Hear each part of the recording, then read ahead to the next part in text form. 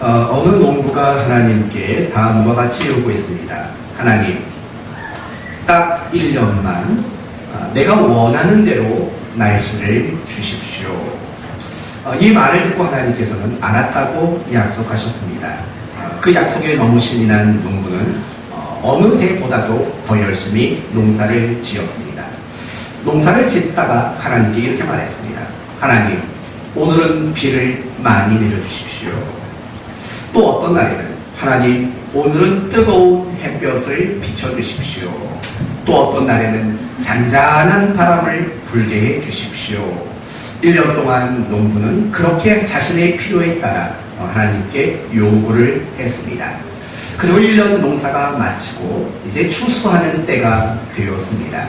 과연 이 농부는 많은 것들을 추수할 수 있었을까요?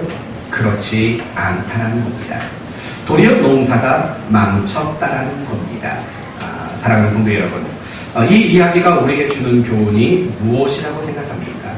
우리가 최선을 다해서 우리의 힘을 가지고 노력하는 일 중요하고 필요합니다. 그러나 우리의 힘만 가지고 노력하는 것보다도 더 중요한 게 있다는 겁니다. 그것은 하나님께 모든 것을 맡길 줄 아는 것이라는 겁니다. 오늘 본문에 레아의 이야기가 나옵니다. 레아 역시 남편에게 사랑을 받기 위해 끊임없이 그리고 최선을 다해서 노력했습니다. 그러나 결국 레아는 그것까지도 하나님께 맡겨야 된다는 것을 깨닫고 신앙의 결단을 하는 장면이 오늘 본문의 내용입니다. 그러므로 오늘 말씀을 통해서 여러분은 오늘 두 가지를 배우셔야 합니다.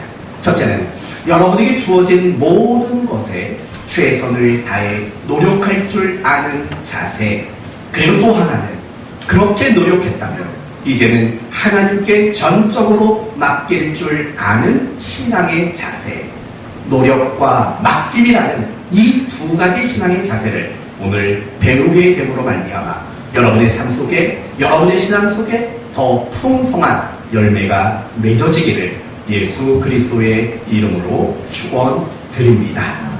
오늘 본문의 내용을 봅시다. 31절. 레아는 남편 야곱에게 사랑을 받았습니까? 못 받았습니까? 사랑을 받지 못했다고 합니다. 그러면서 나오는 이야기는 뭐냐면 레아가 4명의 아들을 낳았다고 말합니다. 첫 번째 아들의 이름은 32절에 보면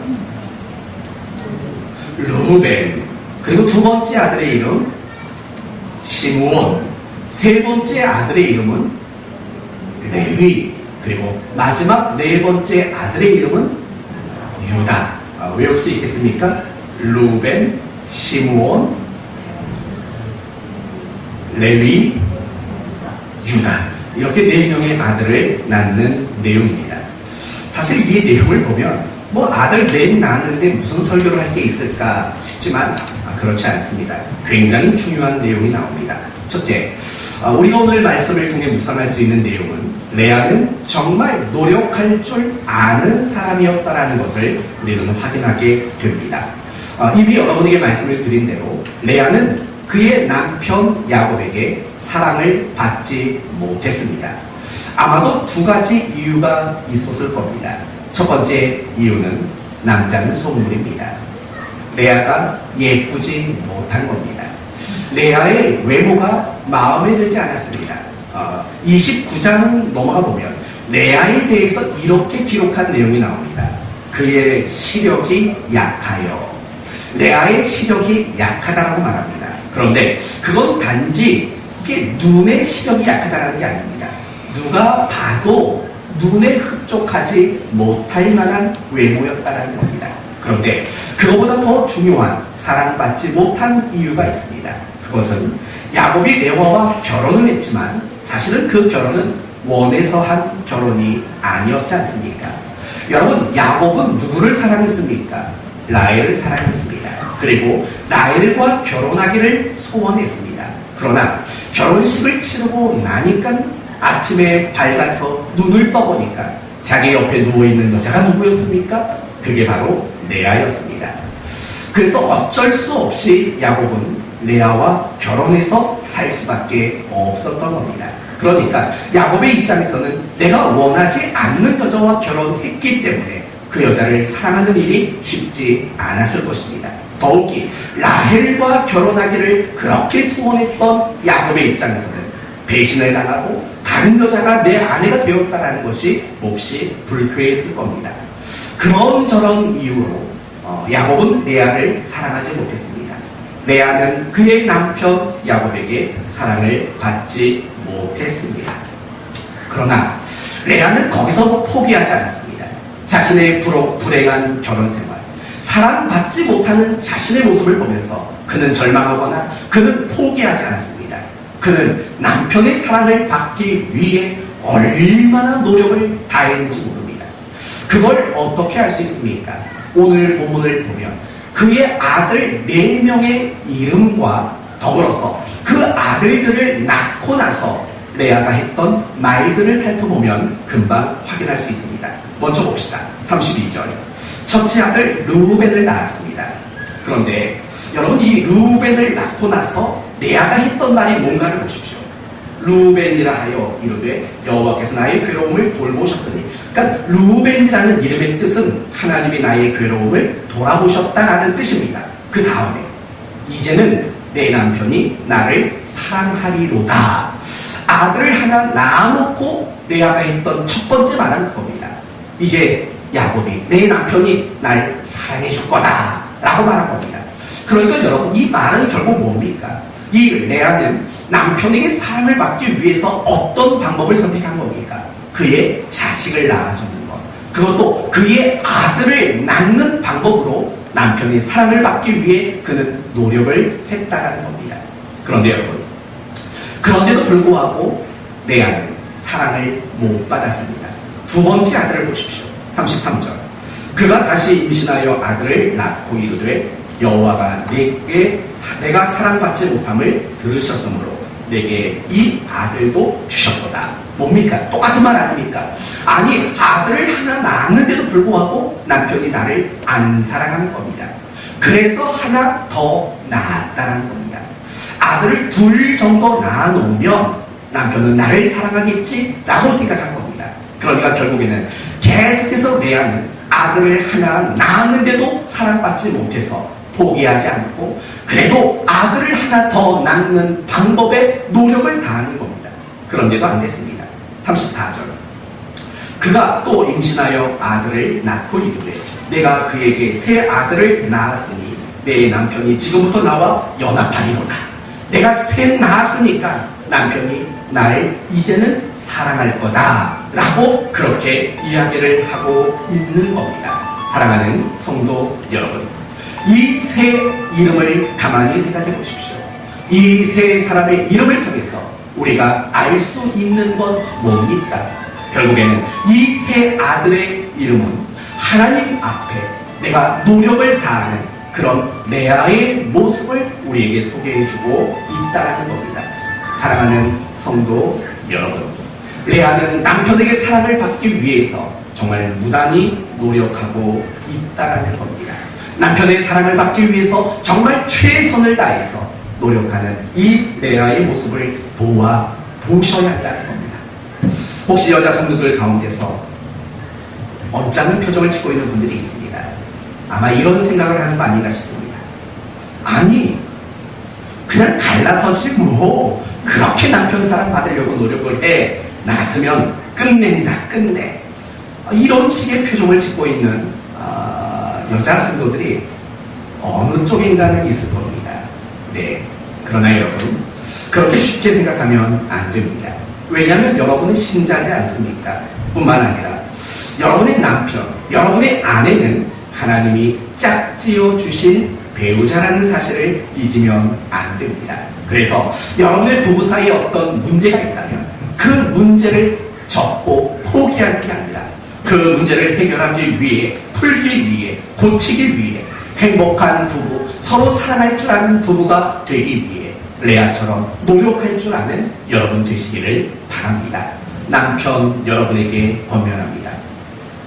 크게 아멘하셔야 합니다. 아내에게 사랑받도록 노력하십시오.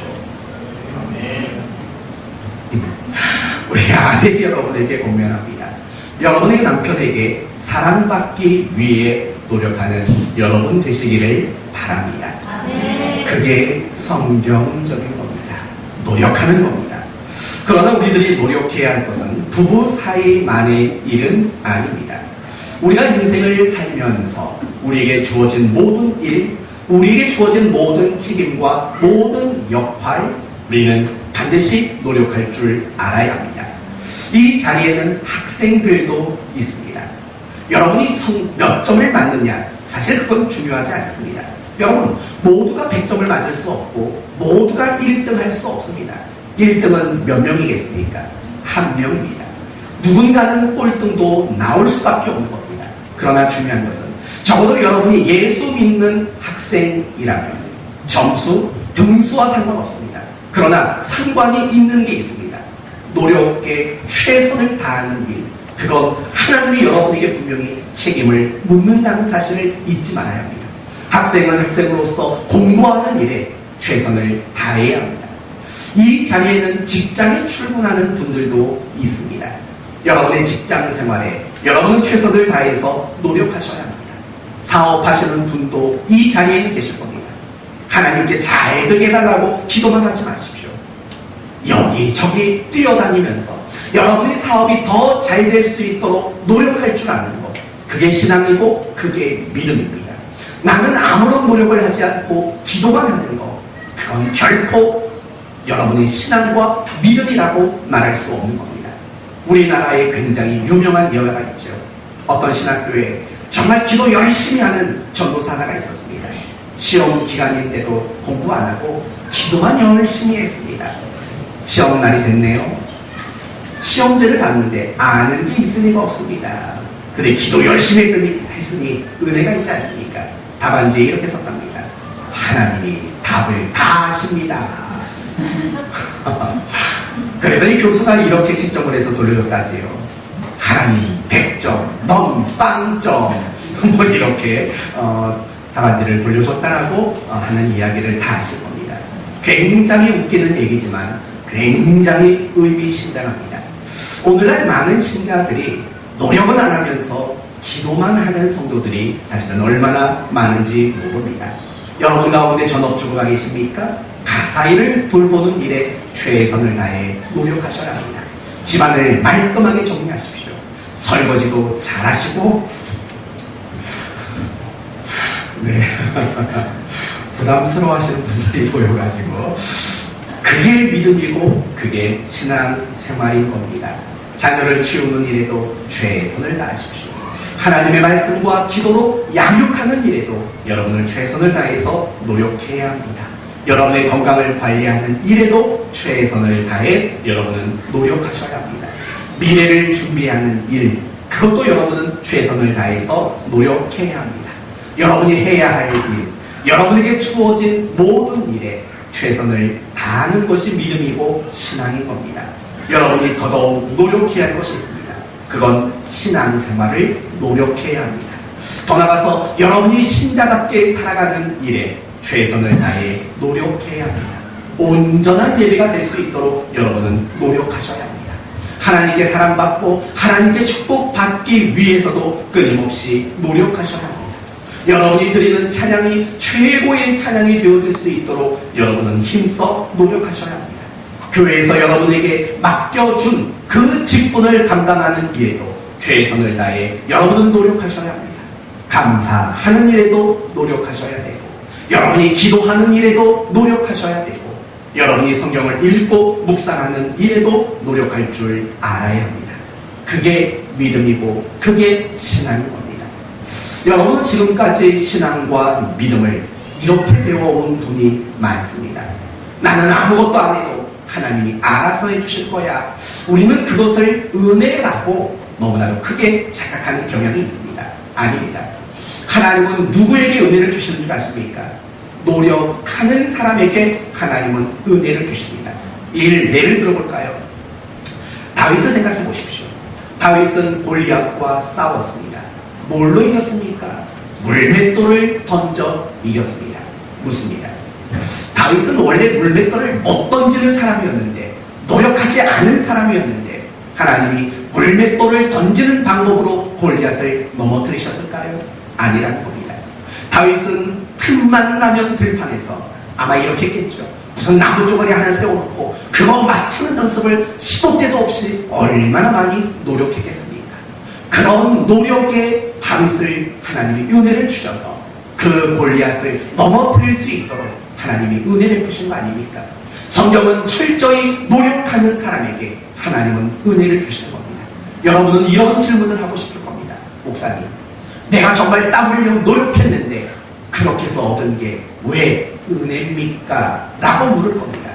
그러면 저는 여러분에게 두 가지를 대답할 겁니다. 첫째는 여러분이 노력할 수 있는 모든 환경을 하나님이 조성하셨다는 것. 그리고 더 중요한 두 번째는 여러분이 노력한 것보다도 더 크고 더 좋은 것을 하나님이 주시기 때문에 그건 은혜라고 밖에는 말할 수 없습니다. 여러분이 정말 노력한 것만큼만 받는다면 은혜가 아니지요. 하지만 하나님이 어디 그런 분이십니까? 여러분이 정말 노력한 것만 주는 분이 아니라 여러분이 노력한 것보다도 항상 더 크고 항상 더 좋은 것을 하나님은 주시는 겁니다. 그래서 은혜라고 우리는 믿고 고백하는 것 아닙니까? 사랑하는 성도 여러분, 여러분의 일상의 모든 것들, 그리고 여러분의 신앙의 모든 것들을 놓고 최선을 다해 노력할 수 있는 여러분 모두가 되시기를 축원드립니다. 그러나 여러분이 노력하는 일을 중요하게 여기는 것 필요합니다. 하지만 여러분이 노력하는 것보다도 훨씬 더 중요한 것이 있습니다. 그것은 여러분의 노력이 최선은 아니라는 겁니다. 여러분의 노력이 최선이 아니라 여러분이 노력했다면 이제는 하나님께 그 모든 것들을 맡길 줄 아는 것, 그게 최선이라는 겁니다. 이제 참 의미심장한 구절을 봅시다. 35절을 보십시오. 우리가 세 아들 루벤, 시므온, 레위를 통해서 뭘 생각했냐면 이 레아는 남편의 사랑을 받기 위해 정말 최선을 다해서 노력했다는 걸 봤습니다. 그런데 네 번째 아들의 이름을 보면 그의 신앙의 결단이 나옵니다. 35절을 봅시다. 그가 또 임신하여 아들을 낳고 이르되 내가 이제는 여호와를 찬송하리로다. 웃습니다. 이제는 여호와를 찬송한답니다. 무슨 말이죠? 레아가 이제 네 번째 아들을 낳고 사랑을 받았다는 말입니까? 그렇지 않습니다. 그러면서 그 다음에 보십시다. 이로 말미암아 그가 그의 이름을 유다하였고 그의 출산이 어떻게 됐답니까? 멈추었다고 말합니다. 이 부분을 주목하십시오. 지금 레아는 네 번째 아들을 낳았습니다. 이제는 하나님이 찬송을 하나님께 내가 찬송하겠다라고 고백합니다. 그리고 출산을 멈췄다는 겁니다. 지금 레아가 출산이 멈췄다는 것은 더 이상 아이를 낳을 수 없는 몸이 되었다는 말일까요? 아닙니다. 여러분 창세기 30장으로 넘어가면 레아가 3명의 아이를 더 낳는 내용이 나옵니다. 그러니까 지금 레아가 출산이 멈췄다라는 이 표현은 단지 아이를 낳을 수 없는 몸이 되었다라는 말이 아닙니다. 그가 하나님을 찬송한다라는 그 말도 사랑받지 못했던 자신이 이제는 사랑을 받게 되었다라는 말도 아니라는 겁니다. 여전히 레아는 사랑받지 못했습니다. 그래서 이 레아가 비로소 깨달은 게 그겁니다. 내가 남편의 사랑을 받기 위해 지금까지 3명의 아들을 낳고 4명의 아들을 낳았지만 그게 최선이 아니었다라는 것을 그가 깨달았다는 겁니다. 그래서 스스로가 결단한 겁니다. 내가 남편의 사랑을 받기 위해서 자식을 낳는 일을 이제는 안 하겠다라는 겁니다. 무슨 말인지 아시겠습니까? 지금 그가 스스로 남편에게 사랑받는 방법으로서의 자식을 낳는 일, 그 일을 스스로가 하지 않겠다라고 그렇게 결단하는 내용이 바로 유다라는 아들의 이름을 통해서 우리가 확인할 수 있다는 겁니다. 사랑하는 성도 여러분, 우리가 신자로서 노력하는 일 중요합니다. 당연히 그래야 합니다. 그러나 잊지 마십시오. 여러분이 노력하는 일은 결코 최선이 될 수 없습니다. 여러분의 신앙의 실력과 능력은 내 힘으로 얼마나 잘 했느냐가 아니라 진짜 신앙의 실력과 능력은 내가 하나님을 얼마나 의지하고 하나님께 얼마나 맡기느냐, 이게 진짜 신앙의 실력이고 능력이라는 것을 잊지 마십시오. 종종 신자들은 착각합니다. 내 힘으로 내가 이만큼 이루었다라고 그게 실력이고 능력인 양 말하는 분이 있습니다. 아닙니다. 여러분의 힘으로 그만큼 하는 것은 여러분의 실력이 아닙니다. 진짜 신앙의 실력이란 내가 최선을 다하지만 그래도 하나님을 의지하고 하나님께 맡기는 것이 가장 중요한 최선이라고 인정할 줄 아는 것, 그게 신앙의 실력이요, 그게 신앙의 능력이고 신앙의 증명이라는 겁니다. 그렇다면 우리가 하나님께 맡기는 것이 왜 최선이 될 수밖에 없습니까? 두 가지 이유가 있습니다. 첫째는 하나님이 여러분을 사랑하시기 때문입니다. 그리고 또 한 가지 가장 중요한 이유는 하나님만이 결과를 만들어내시는 분이기 때문입니다. 창세기 1장을 보시면 하나님이 빛이 있으라 하매 빛이 생겼다고 말합니다. 해와 달과 별이 있으라 하매 그대로 되었다라고 말합니다. 무슨 말인지 아시겠습니까? 하나님은 말씀하시면 그것을 결과가 되게 하시는 분이고, 하나님은 생각하시면 그것이 현실이 되도록 만드시는 분이라는 겁니다. 하나님만이 결과를 창출해낼 수 있는 유일한 분이라는 것을 믿기 때문에 하나님께 맡기는 것, 하나님께 모든 걸 의지하고 의탁하는 것, 그것이 최선이라고 밖에는 말할 수 없는 겁니다. 여러분 가운데 어쩌면 이런 생각하실 수 있습니다. 목사님, 저는 제 힘으로 어떤 결과를 만들어낸 적이 있는데요 라고 말하실 분도 있습니다. 한번 다시 묻습니다. 그러면 항상 그렇습니까? 여러분이 어쩌다가 여러분이 원하는 결과를 만들어냈다고 칩시다. 그러면 항상 그렇게 해낼 자신 있습니까? 항상 여러분이 원하는 결과를 만들어낼 수 있습니까? 못합니다. 인정하시죠? 못하는 겁니다. 결국 그 말은 여러분이 어쩌다가 여러분이 원하는 결과를 만들어낸 그것은 진짜 여러분의 실력은 아니었다는 거죠. 하나님이 단지 여러분을 불쌍히 여기신 거고, 하나님이 단지 여러분에게 은혜를 주신 거지, 그게 어떻게 여러분의 실력이 될 수 있겠습니까? 진짜 내 실력이란 내가 원하는 때에 내가 원하는 결과를 만들어낼 수 있는 게 내 실력이고 내 능력인 것입니다. 그러나 우리 중에 그 누구도 그렇게 할 수 있는 사람은 아무도 없는 것 아닙니까?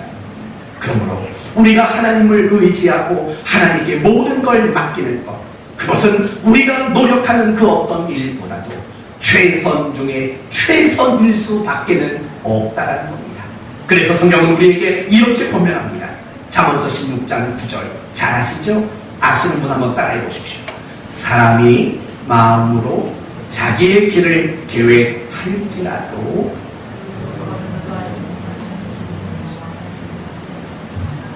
내용만 맞으면 되죠. 토시가 좀 들리면 어떻습니까?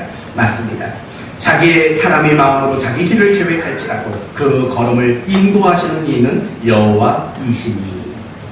두 가지가 다 포함되어 있는 말입니다. 사람이 마음으로 자기 길을 계획하라는 겁니다. 최선을 다해 노력하라는 겁니다. 그러나 그 발걸음을 옮기시는 분은 하나님이라는 걸 잊지 말라는 겁니다. 맡기라는 겁니다. 맡기는 것이 최선입니다. 그걸 여실히 보여주는 두 인물이 있습니다. 바로 다윗과 사울입니다. 이 두 사람의 공통점은 나라의 왕이었다는 겁니다. 뿐만 아니라 한 나라의 왕으로서 백성들에게 인정과 존경받는 왕이 되고 싶은 마음을 품었던 사람들입니다. 그러나 그들의 결말은 다릅니다.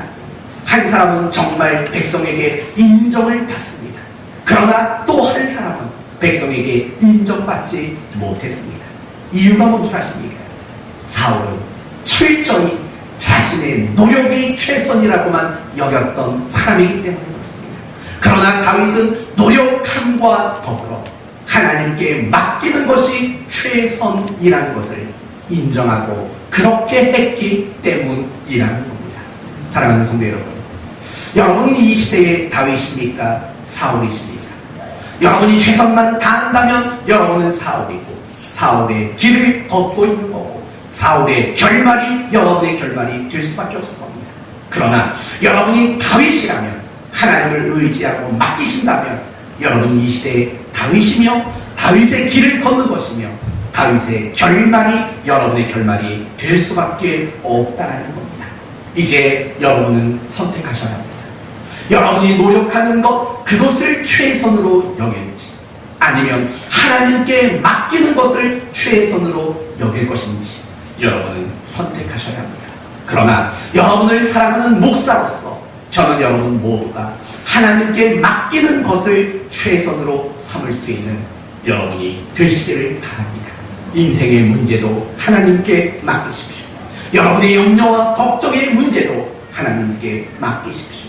여러분의 마음속에 있는 아픔과 상처의 문제도 하나님께 맡기십시오. 여러분이 품고 있는 계획과 모든 미래의 일들까지도 하나님께 맡기십시오. 가정을 하나님께 맡기십시오. 여러분의 남편과 여러분의 아내를 하나님께 맡기십시오. 여러분의 자녀를 하나님께 맡기십시오. 여러분의 부모를 하나님께 맡기십시오. 하나님, 여러분이 맡기는 모든 것들을 복되게 결과 만들어 주실 겁니다. 그리고 저도 하나님이 여러분이 원하는 결과를 만들어 주지 않아도 레아가 경험한 은혜를 경험하게 하실 겁니다. 레아가 경험한 은혜는 뭡니까? 여전히 사랑받지 못하고 있지만 하나님을 찬송할 수 있는 평안을 얻었다는 겁니다.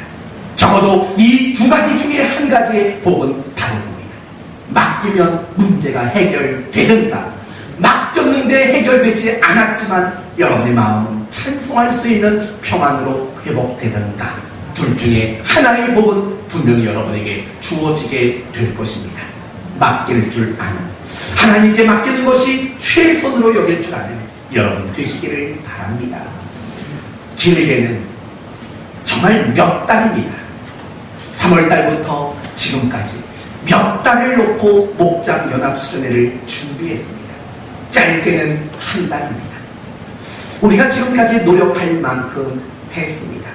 이제 더 이상 노력할 시간도 없습니다. 이제 우리에게 우리가 할 수 있는 가장 중요한 마지막 일은 뭘 것 같습니까? 답 나오셨습니까? 그 답이 뭐지요? 하나님께 맡기는 겁니다.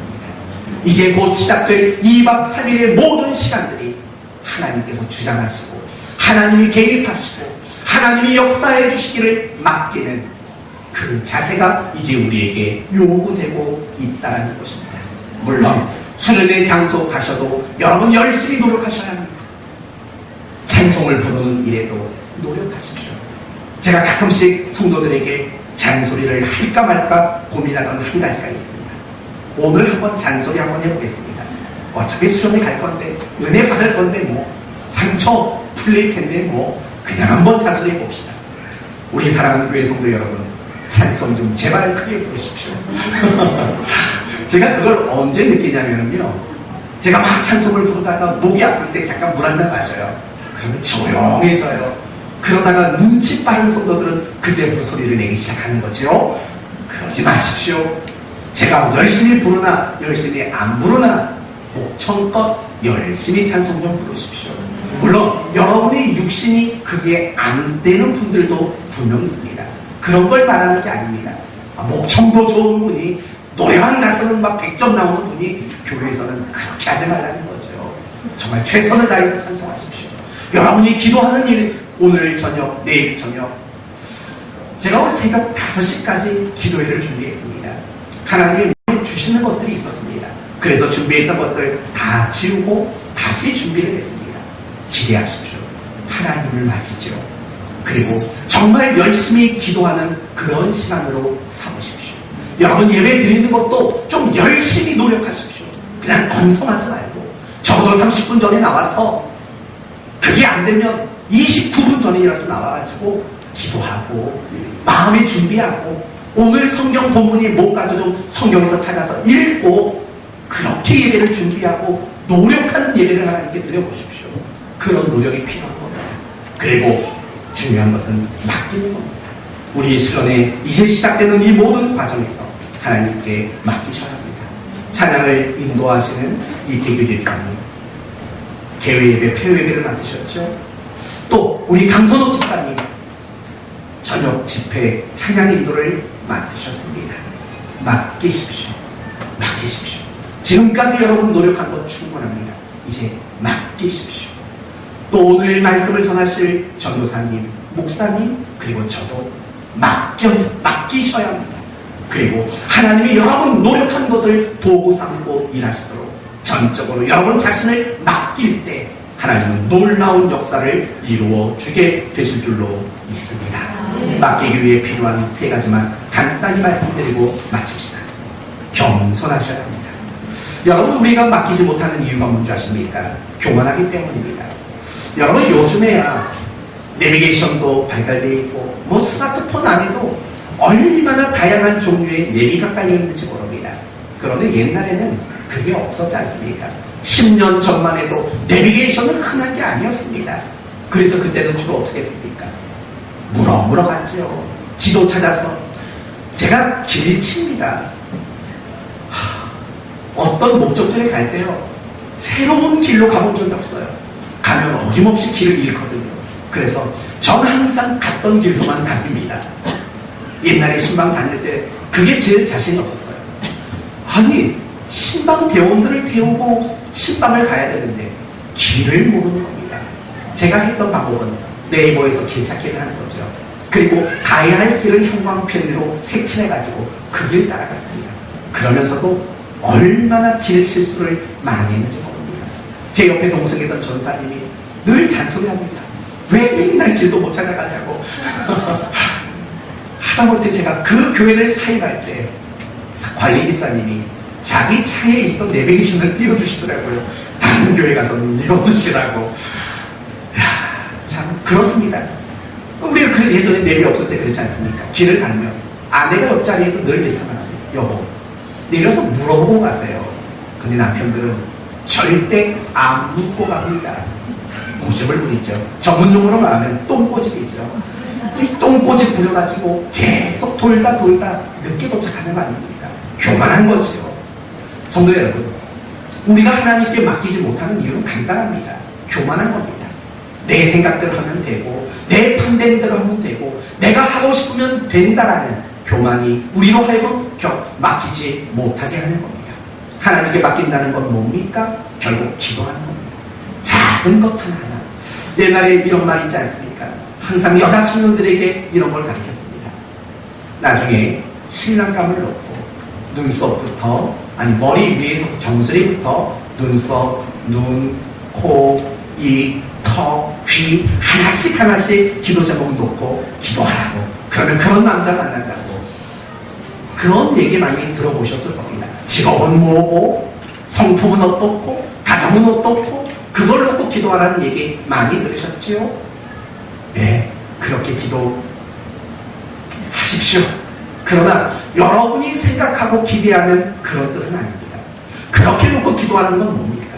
작은 것 하나까지도 맡기라는 가르침이지, 정말 눈에는 쌍꺼풀이 진하게 지나고 코는 오똑하고 뭐 그런 걸 놓고 그런 사람 주십사 기도하라는 뜻은 아니죠. 정말 사소한 것, 정말 아무것도 아닌 것까지도 맡기라는 가르침인 거죠.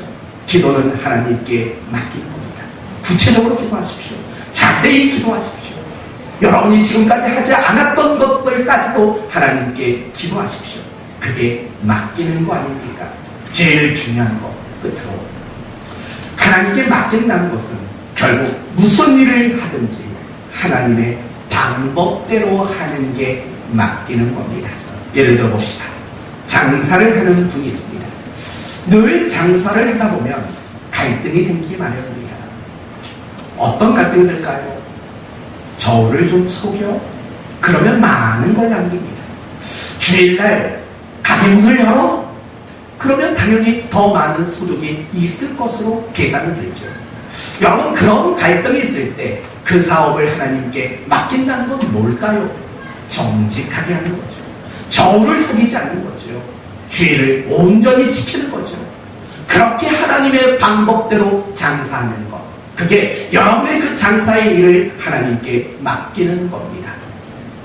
우리 교회 학생들 특징이 있습니다. 2달에 한 번씩은 안 보입니다. 왜 안 보이는 줄 아십니까? 중간고사, 기말고사입니다. 학생이 되면 늘 갈등이 생길 겁니다.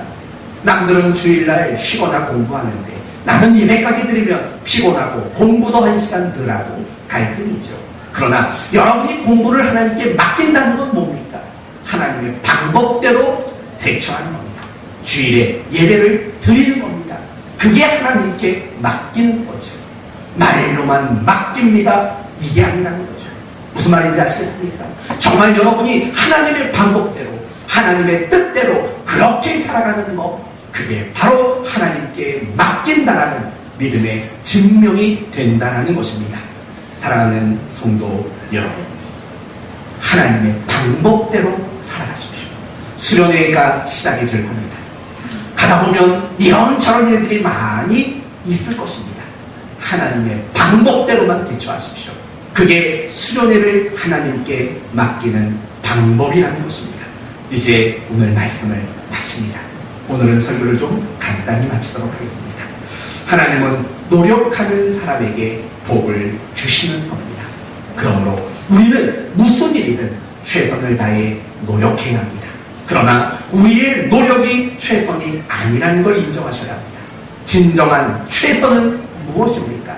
하나님께 맡기는 것, 그것이 진정한 최선이라는 사실을 기억하셔서 여러분 모두가 겸손함으로, 기도함으로, 하나님의 방법대로 살아감으로 모든 걸 맡기시는 이 시대 레아가 되시기를 바랍니다. 그래서 노력과 맡김을 통해 자유함과 기쁨과 하나님을 찬송하는 심령의 평안을 누리게 되는 여러분 모두가 되시기를 예수 그리스도의 이름으로 축원드립니다. 아멘. 기도합시다. 감사하신 주님,